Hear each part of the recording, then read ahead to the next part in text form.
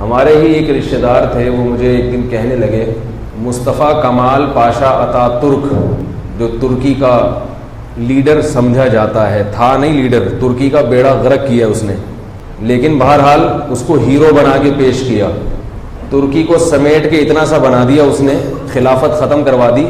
پہلے ترکی کی خلافت مکہ اور مدینہ پر بھی قائم تھی، بہت بڑا حصہ تھا مسلمانوں کی خلافت کا، جس کا مرکز کہاں تھا؟ بولے نا بھائی، ترکی خلافت عثمانیہ جو 700-800 سال چلی ہے، ترکی نے مسلم دنیا پر 700-800 سال حکومت کی ہے، بڑے خاندانی طریقے سے حکومت کی ہے۔ مصطفیٰ کمال پاشا اتا ترک کا شمار خلافت ختم کرنے والوں میں ہوتا ہے۔ خلافت کا بیڑا غرق کر دیا اس نے، اور ترکی سمٹ کے اتنا چھوٹا سا ہو گیا۔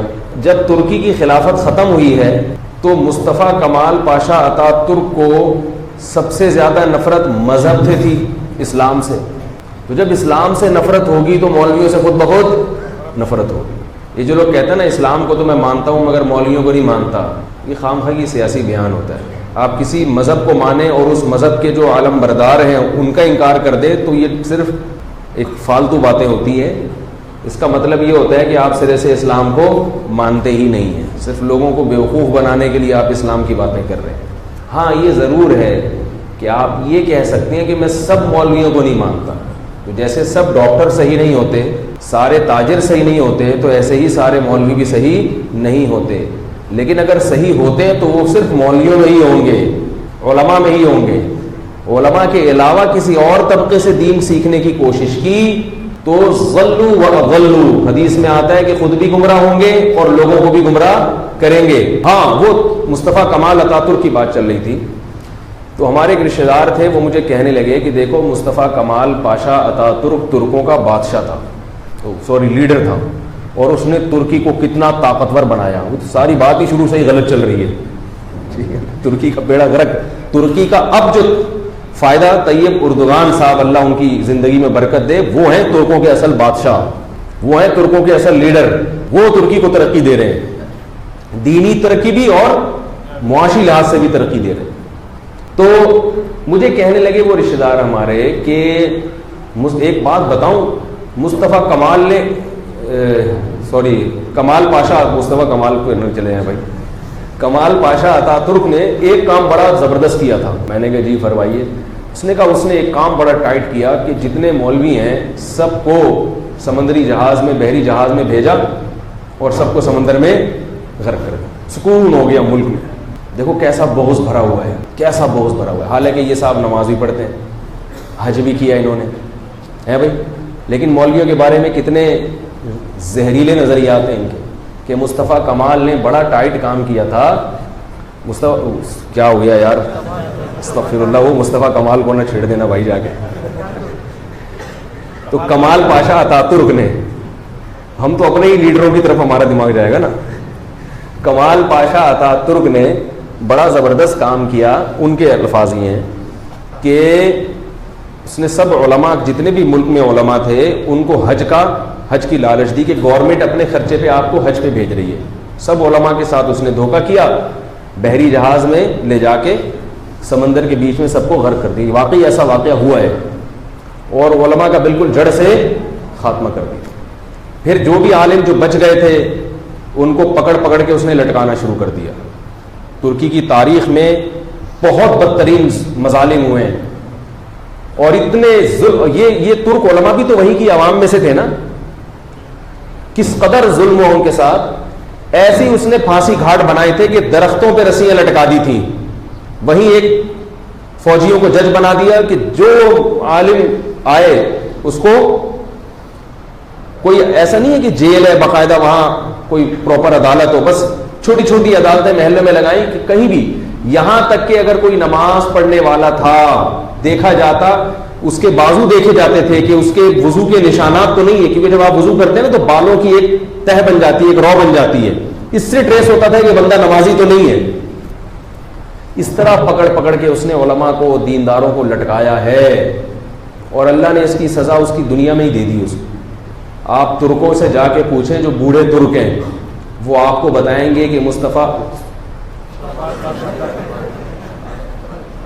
کمال پاشا اتا ترک جو ہے نا، وہ کمال آ رہا ہے نا، کمال، تو وہ ہم مصطفیٰ یہاں سے لے لیتے ہیں، کمال وہاں سے لے لیتے ہیں. اتا ترک کافی ہے میرا خیال. تو بھائی میں مصطفیٰ کمال کے خلاف نہیں ہوں جو یہاں ہے، نہ حامی ہوں نہ خلاف ہوں. سمجھ رہے ہو بات کو؟ یہ چونکہ کمال کا لفظ چڑھ گیا زبان پہ تو وہ بار بار رپورٹیں تو یہیں کی پڑھتے ہیں نا، تو اس لیے آ رہی. تو اتاترک نے کو آپ وہاں کے بوڑھوں سے جا کے پوچھیں کہ اتاترک کو قبر میں دفن جب کیا گیا تو قبر نے اس کو اٹھا کے باہر پھینک دیا. جو علماء کے ساتھ جو اس نے ظلم کیا نا، مولویوں کے ساتھ، اس کا عذاب کیا آیا اس کے اوپر.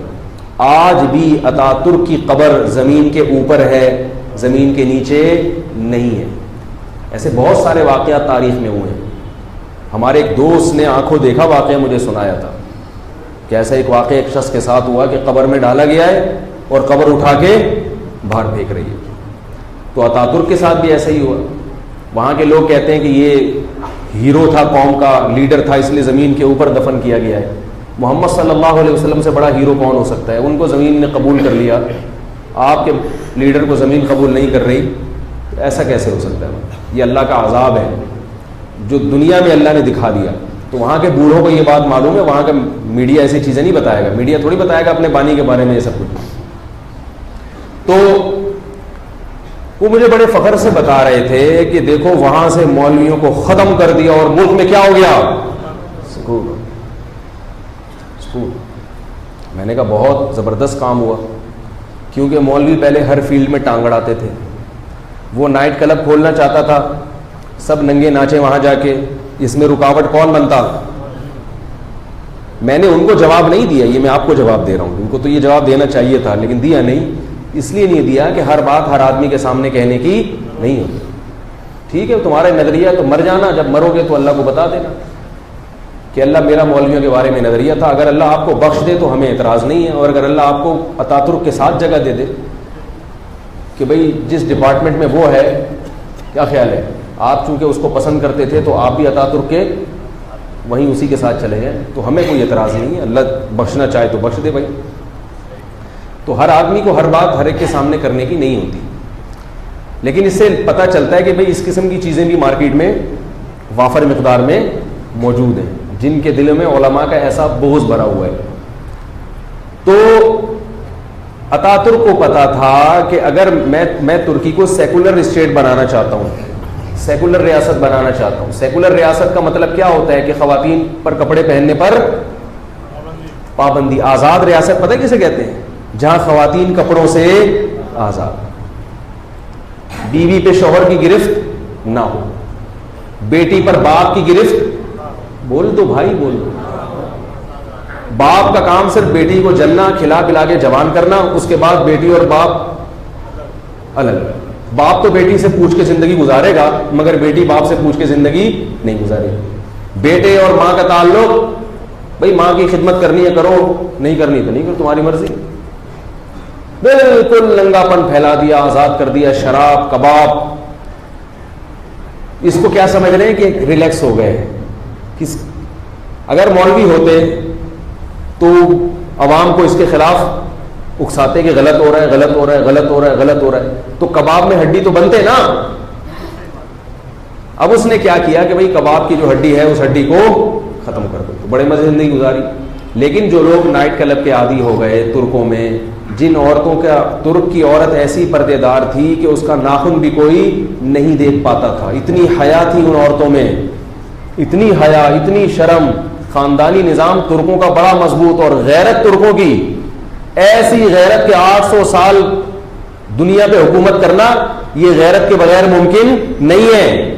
بہادری، غیرت، لڑائی کا جذبہ سب کچھ تھا. وہ ساری چیزیں آہستہ آہستہ کر کے ابھی بھی ترکوں میں الحمدللہ غیرت ہے. کچھ پرانے آثار ہیں، بہت سے لوگ ہیں ان کے جنہوں نے دین سے رشتہ اپنا ختم نہیں کیا. تو نتیجہ کیا نکلا کہ لاکھوں لوگ جہنم کا لقمہ بنے ہوں گے اس سکون کی وجہ سے. دین کی بات پھیلانا صدقہ جاریہ ہے. ثواب کی نیت سے ویڈیو کو شیئر ضرور کیجیے. جزاک اللہ.